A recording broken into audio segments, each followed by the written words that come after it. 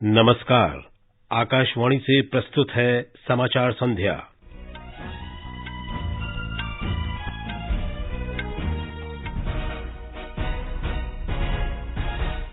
भारत की अध्यक्षता में पहली G20 शेरपा बैठक राजस्थान के उदयपुर में शुरू हुई। गुजरात विधानसभा चुनाव के कल होने वाले दूसरे और अंतिम चरण के मतदान की सभी तैयारियां पूरी। 14 जिलों के 93 निर्वाचन क्षेत्रों में वोट डाले जाएंगे। 5 राज्यों में 6 विधानसभा सीटों और 1 लोकसभा सीट के उपचुनाव के लिए भी मतदान कल होगा।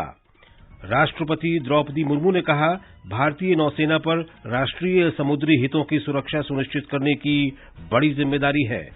ढाका में 3 मैचों की एक दिवसीय क्रिकेट श्रृंखला के पहले मैच में बांग्लादेश ने भारत को 1 विकेट से हराया और कतर में फीफा फुटबॉल विश्व कप के प्री क्वार्टर फाइनल में फ्रांस का मुकाबला पोलैंड से हो रहा है। देर रात इंग्लैंड और सेनेगल के बीच मैच होगा। समाचार संध्या के साथ मैं विशाल शर्मा। भारत की अध्यक्षता में G20 की पहली शेरपा बैठक राजस्थान के उदयपुर में आज शाम शुरू हुई। 4 दिन की इस बैठक की अध्यक्षता भारत के G20 शेरपा अमिताभ कांत कर रहे हैं। अपनी शुरुआती टिप्पणी में उन्होंने कहा कि भारत ने ऐसे समय में G20 की अध्यक्षता संभाली है जब विश्व कई चुनौतियों का सामना कर रहा है। उन्होंने कहा कि भारत का मानना है कि हर संकट एक अवसर होता है। इस बैठक में 19 देशों के प्रतिनिधि भाग ले रहे हैं। यूरोपीय संघ से और 9 विशेष आमंत्रित देशों के प्रतिनिधि मौजूदा समय के अति आवश्यक मुद्दों पर महत्वपूर्ण चर्चा करेंगे।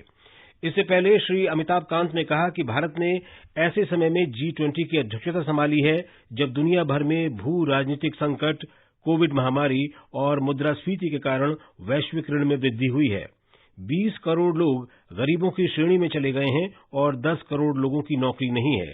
श्री अमिताभ कांत ने कहा कि फिर भी G20 की अध्यक्षता भारत के लिए बहुत मायने रखती है। There's a challenge of inflation, there's a challenge of slowdown of global growth. At this moment of crisis, India is taking over the presidency of G20. Our belief is that every crisis is a huge opportunity, and actually leadership is about finding path-breaking solutions in the midst of crisis. And therefore, we strongly believe that we should really accelerate the pace of implementation of sustainable development goals.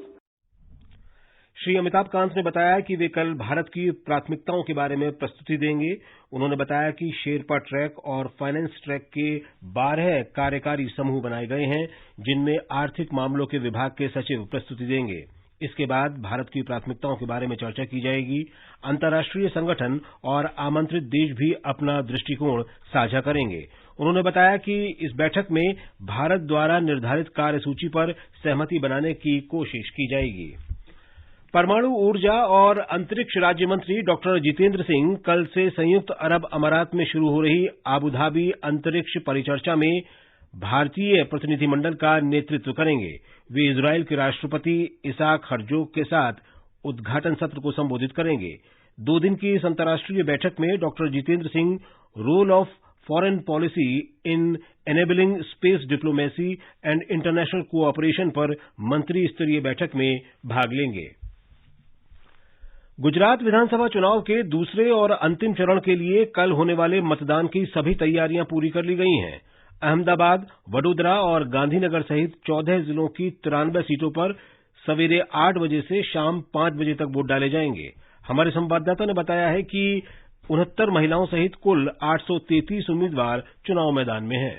Anand, Sabarkantha और बनासकांठा जैसे जिले जिन्होंने अमूल के जरिए श्वेत क्रांति की गौरव गाथा लिखी और महिला सशक्तिकरण का मार्ग प्रशस्त किया, आखिरी दौर के मतदान में कल गुजरात की नई सरकार चुनेंगे। इसी चरण में अहमदाबाद जैसे शहरी क्षेत्र में भी मतदान होना है, जहां राज्य में सबसे ज्यादा 21 सीटें हैं। वहीं गुजरात की सांस्कृतिक राजधानी कहे जाने वाली वडोदरा और जनजातीय इलाकों जैसे पंचमहल और छोटा उदयपुर में भी कल मतदान होगा। प्रधानमंत्री कल अपना मत डालने के लिए आज शाम अहमदाबाद पहुंच गए हैं। अपर्णा खुंट के साथ सुशील चंद्र तिवारी, आकाशवाणी समाचार, अहमदाबाद। दोनों चरणों के लिए डाले गए वोटों की गिनती बृहस्पतिवार यानी 8 दिसंबर को होगी। सुचारू रूप से चुनाव सुनिश्चित करने के लिए निर्वाचन आयोग ने सभी आवश्यक इंतजाम किए हैं। मतदान के लिए 26,000 से अधिक केंद्र बनाए गए हैं। इस बीच राज्य की मुख्य चुनाव अधिकारी पी भारती ने शहरी मतदाताओं से मतदान करने की अपील की है। उत्तर प्रदेश में मैनपुरी लोकसभा सीट और रामपुर तथा खतौली विधानसभा सीटों के उपचुनाव के लिए कल मतदान होगा। ओडिशा की पदमपुर, राजस्थान की सरदार शहर, बिहार की कुर्हानी और छत्तीसगढ़ की भानुप्रतापपुर विधानसभा सीट के उपचुनाव के लिए भी कल ही वोट डाले जाएंगे। वोटों की गिनती 8 दिसंबर को होगी। दिल्ली नगर निगम के 250 वार्डों के चुनाव में आज शाम 5:30 बजे तक लगभग 50% मतदान दर्ज किया गया। सर्दी के कारण सुबह मतदान धीमा रहा, लेकिन दिन चढ़ते ही कई इलाकों में लंबी लाइनें देखी गईं। मतदान के नतीजे बुधवार को घोषित होंगे। दिल्ली नगर निगम चुनाव में 250 वार्ड के लिए आज मतदान शांतिपूर्ण तरीके से संपन्न हो गया। मतदान में युवा, महिला, वरिष्ठ नागरिक और दिव्यांगजनों ने बढ़ चढ़कर हिस्सा लिया। मतदान के बाद मतदाता बूथों पर बने सेल्फी पॉइंट्स पर अपनी तस्वीरें भी लेते नजर आए। मतदान केंद्रों पर मतदाताओं की सुविधा के लिए पेयजल सहित दिव्यांगजनों के लिए रैंप और व्हील चेयर की भी व्यवस्था की गई थी। वहीं दिल्ली राज्य निर्वाचन आयोग द्वारा स्वतंत्र और निष्पक्ष चुनाव के लिए व्यापक इंतजाम किए गए थे। मतदान के लिए राष्ट्रीय राजधानी में लगभग 13,600 मतदान केंद्र बनाए गए थे। अति संवेदनशील मतदान केंद्रों पर ड्रोन कैमरों के जरिए नजर रखी गई थी ताकि कोई गड़बड़ी न हो। कुल मतदान केंद्रों में से 68 आदर्श मतदान केंद्र और इतने ही पिंक मतदान केंद्र बनाए गए थे, जिनका जिम्मा महिला कर्मचारियों को सौंपा गया था। चुनाव कार्य और सुरक्षा व्यवस्था में लगभग 40,000 दिल्ली पुलिसकर्मी, 20,000 होमगार्ड और 108 अर्धसैनिक और राज्य सशस्त्र पुलिस बलों की कंपनियां तैनात की गई थीं। आनंद कुमार, आकाशवाणी समाचार, दिल्ली। प्रधानमंत्री नरेंद्र मोदी कल नई दिल्ली में भारतीय जनता पार्टी मुख्यालय में पार्टी के राष्ट्रीय पदाधिकारियों की 2 दिन की बैठक का उद्घाटन करेंगे। वे पार्टी पदाधिकारियों को संबोधित भी करेंगे और उनका मार्गदर्शन करेंगे। बैठक की अध्यक्षता पार्टी अध्यक्ष जेपी नड्डा करेंगे। केरल विधानसभा का 7वां सत्र कल से होगा। 9 दिन का ये सत्र इस महीने की 15 तारीख तक चलेगा। ये समाचार हमारी वेबसाइट newsonair.com/hindi और हमारे mobile app news on AIR पर भी उपलब्ध हैं। समाचार संध्या में आपका फिर स्वागत है। राष्ट्रपति द्रौपदी मुर्मू ने कहा है कि भारतीय नौसेना पर देश के समुद्री क्षेत्रों की सुरक्षा की बड़ी जिम्मेदारी है। वे आज आंध्र प्रदेश के विशाखापत्तनम में नौसेना के परिचालन प्रदर्शन पर आयोजित कार्यक्रम को संबोधित कर रही थीं। Indian Navy has a huge responsibility of ensuring an umbrella of security for India's national maritime interest. Indian Navy remains firm in its purpose, resolute in commitment, futuristic in capability development, and outcome-oriented in action. It is also evident from the theme of this Navy Day, combat ready, credible, cohesive, and future-proof force. राष्ट्रपति ने इस अवसर पर नौसैनिकों को बधाई दी और कहा कि आज शहीदों को याद करने और उन्हें सम्मान देने का दिन है। इससे पहले दिन में राष्ट्रपति ने रक्षा, सड़क परिवहन और राजमार्ग तथा जनजातीय मंत्रालय की विभिन्न विकास परियोजनाओं का उद्घाटन किया और आधारशिला रखी। आंध्र प्रदेश की 2 दिवसीय यात्रा के दौरान राष्ट्रपति कई अन्य कार्यक्रमों में भी शामिल हुईं। वे आज सुबह विजयवाड़ा पहुंची थीं।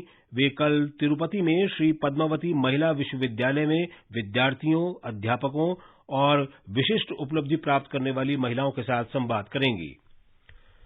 कोच्चि के राजेंद्र मैदान में आज नौसेना दिवस पर नौसेना ने लड़ाकू विमानों और हेलीकॉप्टरों से फ्लाई पास्ट किया, तलाशी और बचाव अभियान चलाया, छद्म ऑयल रिग ध्वस्त किया और हेलीकॉप्टरों के करतबों से दर्शकों को मंत्रमुग्ध कर दिया। ये प्रदर्शन दक्षिण नौसेना कमान द्वारा किए गए।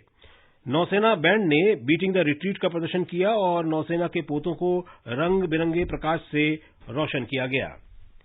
प्रधानमंत्री नरेंद्र मोदी, रक्षा मंत्री राजनाथ सिंह और गृह मंत्री अमित शाह ने नौसेना दिवस पर भारतीय नौसेना को बधाई दी है। प्रधानमंत्री ने कहा है कि नौसेना लगातार देश की सुरक्षा में तत्पर रही है और चुनौतीपूर्ण समय में भी इसने मानवीय कार्यों में कुशलता से कार्य किया है।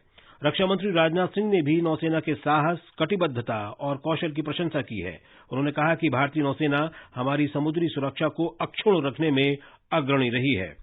गृह मंत्री अमित शाह ने नौसेना के शौर्य, समर्पण और राष्ट्रीय समुद्री सीमाओं की रक्षा की प्रतिबद्धता के लिए नौसेना कर्मियों और उनके परिजनों को बधाई दी है। ये समाचार आकाशवाणी से प्रसारित किए जा रहे हैं। ताजा समाचार जानने के लिए आप हमारे Twitter handle @AIR News Hindi को फॉलो कर सकते हैं। ये आकाशवाणी है। सूचना प्रसारण और खेल तथा युवा मामलों के मंत्री अनुराग सिंह ठाकुर ने कहा है कि केंद्र सरकार की स्टार्टअप योजना से युवाओं को बहुत लाभ हुआ है। इस समय देश के 110 स्टार्टअप को यूनिकॉर्न का दर्जा मिल गया है। वे आज हिसार के ओम स्टर्लिंग ग्लोबल यूनिवर्सिटी में दीक्षांत समारोह को संबोधित कर रहे थे। इससे पहले श्री अनुराग सिंह ठाकुर ने विद्यार्थियों को डिग्रियां प्रदान की और उनके बेहतर भविष्य की कामना की। उन्होंने विश्वविद्यालय के सामुदायिक रेडियो स्टेशन भव्यवाणी का उद्घाटन भी किया। उन्होंने वहां के दूरदर्शन केंद्र का दौरा किया और केंद्र की विभिन्न इकाइयों का निरीक्षण किया। इस अवसर पर श्री ठाकुर ने कहा कि युवा भारत का विकास वाहक है और भारत विश्व का विकास वाहक है। सही मायने में प्रधानमंत्री जी ने ठीक ही कहा है कि आप युवा ही तो भारत के ग्रोथ इंजन हैं और भारत ही दुनिया का ग्रोथ इंजन है। इसलिए आप पर बहुत सारी उम्मीदें टिकी। भारत आजादी का 75वां वर्ष मना रहा है और विकसित भारत बनाने के लिए शिक्षा की अपार संभावनाएं होनी चाहिए, अवसर होने चाहिए और शिक्षा और संस्कार के माध्यम से, आप युवाओं के माध्यम से ही हम विकसित भारत 2047 में बनाएं। केंद्रीय वित्त और कंपनी मामलों की मंत्री निर्मला सीतारामन ने कहा है कि काशी तमिल संगमम देश के लोगों में एकता की भावना को और सुदृढ़ करेगा।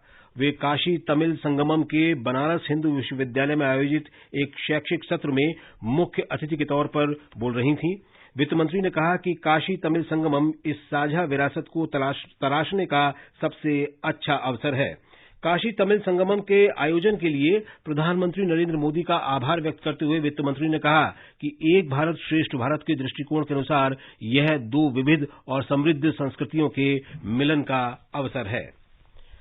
सरकार मोटा अनाज पोषक खाद्यान्न सम्मेलन में 30 संभावित आयातक देशों और इनका उत्पादन करने वाले 21 भारतीय राज्यों के बारे में ई कैटलॉग जारी करेगी। वाणिज्य और उद्योग मंत्री पीयूष गोयल कल नई दिल्ली में आयोजित अपनी तरह के पहले सम्मेलन में मुख्य अतिथि होंगे। आकाशवाणी के समाचार सेवा प्रभाग से कल फोन इन कार्यक्रम पब्लिक स्पीक में मोटे अनाज का महत्व और इनका उत्पादन बढ़ाने के उपायों पर परिचर्चा प्रसारित होगी।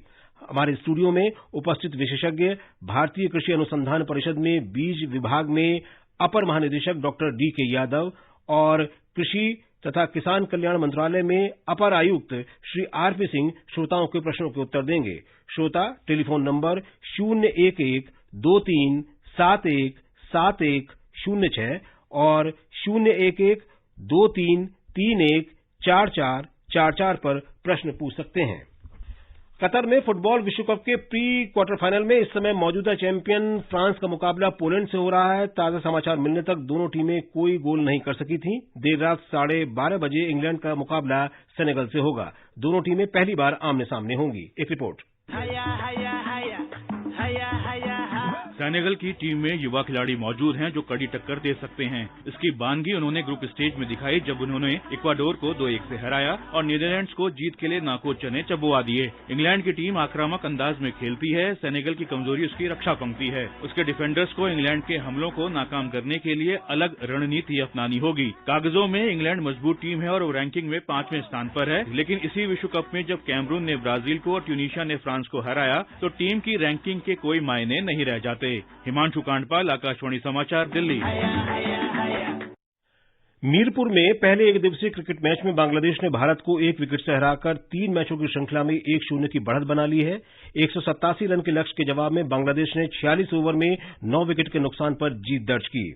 श्रृंखला का दूसरा मैच बुधवार को मीरपुर में ही खेला जाएगा।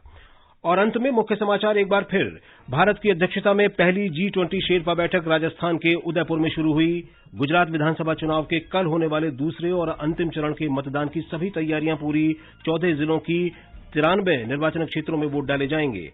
5 राज्यों में 6 विधानसभा क्षेत्रों और 1 लोकसभा सीट के उपचुनाव के लिए भी मतदान कल होगा। राष्ट्रपति द्रौपदी मुर्मू ने कहा, भारतीय नौसेना पर राष्ट्रीय समुद्री हितों की सुरक्षा सुनिश्चित करने की बड़ी जिम्मेदारी है। और कतर में फीफा फुटबॉल विश्व कप के प्री क्वार्टर फाइनल में फ्रांस का मुकाबला पोलैंड से हो रहा है। देर रात इंग्लैंड और सेनेगल आमने सामने होंगे। इसके साथ ही समाचार संध्या का ये अंक समाप्त हुआ। नमस्कार।